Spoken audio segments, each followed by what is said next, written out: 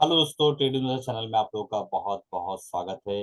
दोस्तों, आज हम इस वीडियो में डिस्कस करने वाले हैं कि मैंने अपने लॉन्ग टर्म पोर्टफोलियो के अंदर जोमेटो इस स्टॉक को क्यों ऐड किया हुआ है। और अभी डिस्क्लेमर दे देना चाहता हूं कि ये वीडियो सिर्फ और सिर्फ लर्निंग पर्पस, एजुकेशनल पर्पस से बना रहा हूं, ताकि आपको जोमेटो के बारे में कुछ जो है स्पेशल चीजें जो मैं देख रहा हूँ वो समझ में आए और आप भी अपना डिसीजन ले सके। सबसे पहले बताना चाहूंगा कि जोमेटो को नहीं लेना है। मैंने ही बताया था आज से कुछ महीना पहले जब इसका आईपीओ आया था, और मैंने बोला था कि जोमेटो को इस रेट पे बिल्कुल भी बाय नहीं करना है, इसको हम लोग टोमेटो के रेट में बाय करेंगे।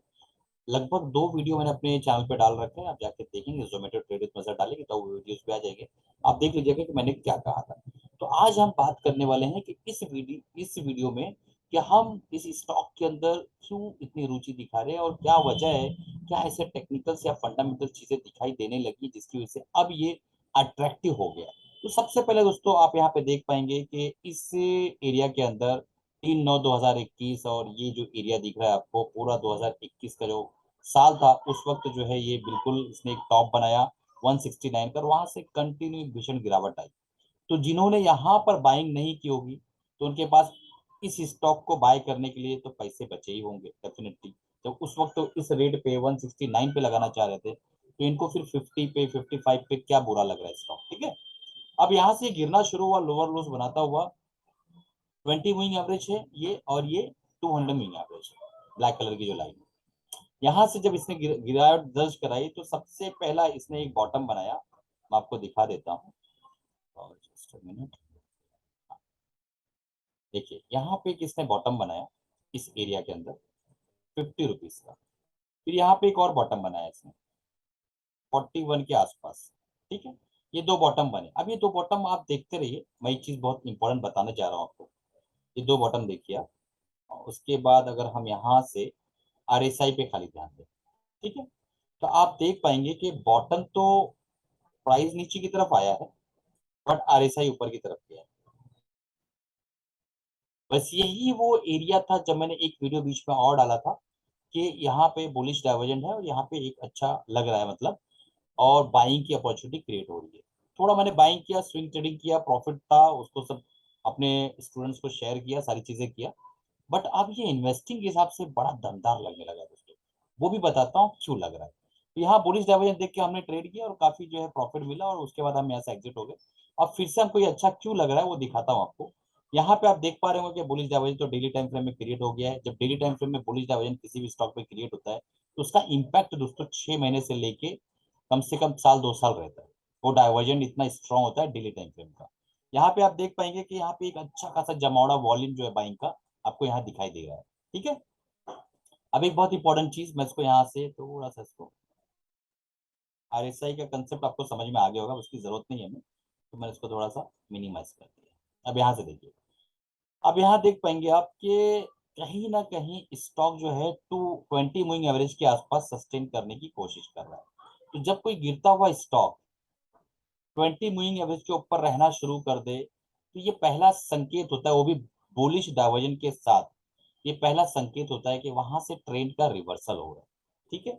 अब यहाँ पे प्राइस चल रहा है 64, और प्राइस आया था 41। तो ये जो है, ये जो बीच का जो आपके पास यहाँ पे जो गैप दिखाई दे रहा है, लगभग लगभग 22-23 रुपीज के आसपास का, यही गैप आपको स्टॉप लॉस रखना होगा। तो आप बोलेंगे सर इतना बड़ा स्टॉप लॉस, यानी 63 का स्टॉक है, अगर हम बाय करते हैं तो हमें हमें जो है लगभग लगभग आप समझ लीजिए कि 20 रुपीज, तो यहाँ पे 30-35% के आसपास का स्टॉप लॉस बनता है।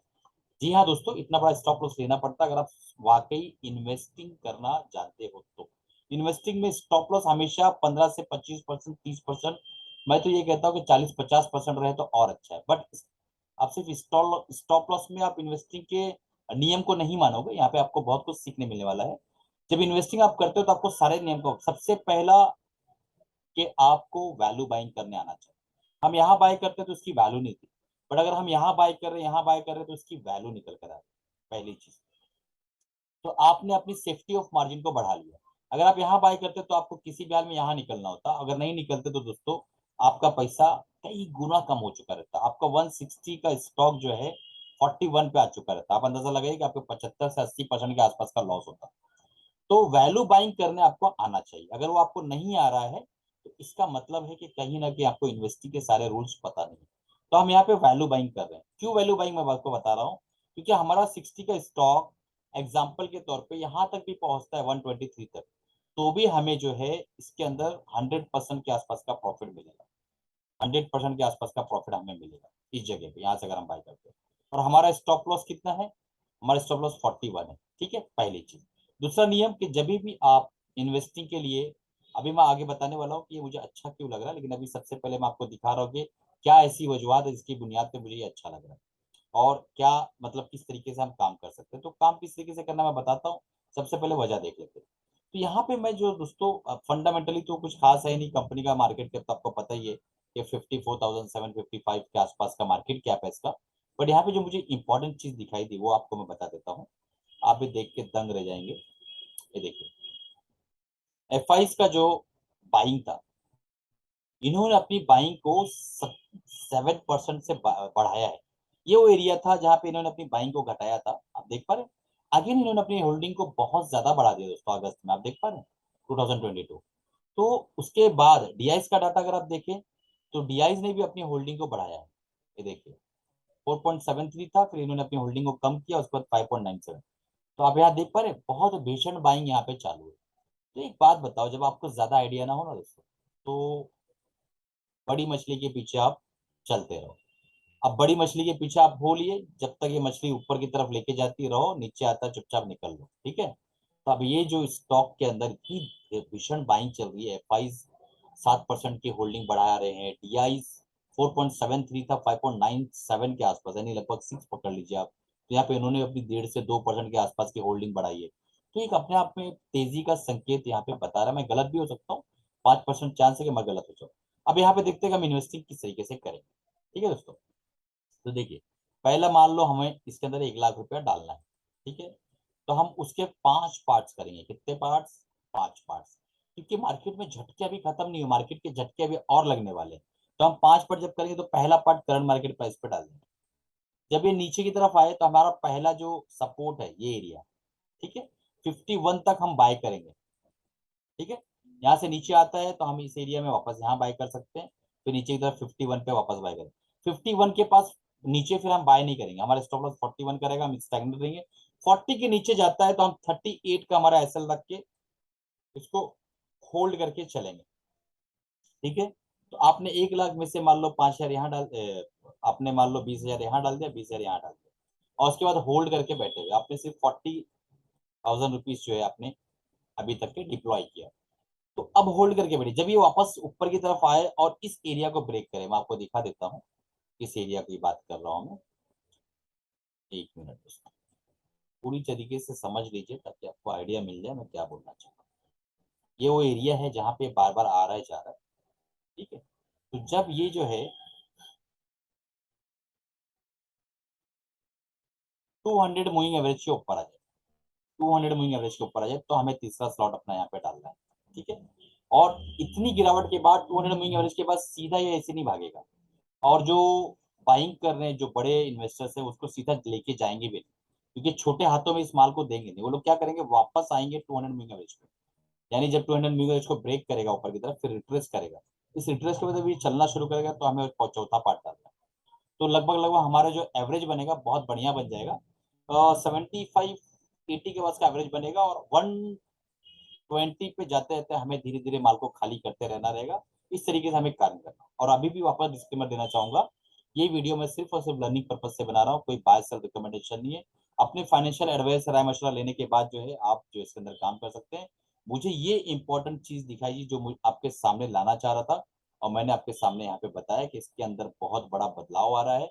इस बदलाव को हमें समझना होगा, देखना होगा, इसके हिसाब से हमें अपने आप को बदलना होगा। तो दोस्तों बहुत बेहतरीन जो है यहाँ पे डाटा है, चार्ट भी काफी अच्छे हैं, और हमें काफी रेजिस्टेंस जो है 200 मूविंग एवरेज के आसपास दिखने वाला है।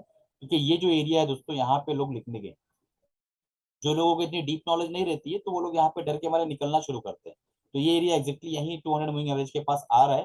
तो इस एरिया के पास 85-80 के आसपास जो है हमें काफी रेजिस्टेंस फेस करना होगा। पेशेंस काफी टेस्ट करेगा स्टॉक, बट आपको यकीन मानिए 5% चांस है कि मैं गलत हो सकता हूँ, बस काफी चांसेस दोस्तों कि हम सही होंगे। और जब हम सही होंगे तो हमें अच्छा मुनाफा बनने की संभावना है। चलिए, अपने फाइनेंशियल एडवाइजर राय मशवरा लेने के बाद जो है आप इन्वेस्ट करिएगा, या तो पेपर ट्रेडिंग करिए, और लर्निंग इस तरीके से करने की कोशिश करिए कि जब आप एनालिसिस करते हैं तो आप डाटा वगैरह भी थोड़ा देखा करिए और टेक्निकल्स को मैच करिए। तो फंडो टेक्निकल एनालिसिस जब आप करेंगे तो जाके आपके अंदर एक बहुत बेहतरीन जो है पोर्टफोलियो के अंदर बदलाव दिखने लगेगा, आपको काफी प्रॉफिट देखने लगेगा। ठीक है, चलिए, कमाते रहिए, खुश रहिए, अपना अपनी फैमिली का ख्याल रखिए। कल का वीडियो बहुत इंपॉर्टेंट होने वाला है, हम साइकोलॉजी पे बात करने वाले हैं, तो कल का वीडियो देखना ना भूलिएगा। कल का वीडियो जो है आप देखिए और उसको समझने की कोशिश करिए, किस तरीके से काम करना है, मार्केट किस तरीके से परसों बिहेव करेगी, और अपने हिसाब से दोस्तों अपने माल को थोड़ा सा खाली करके थोड़ा कैश में बैठिए।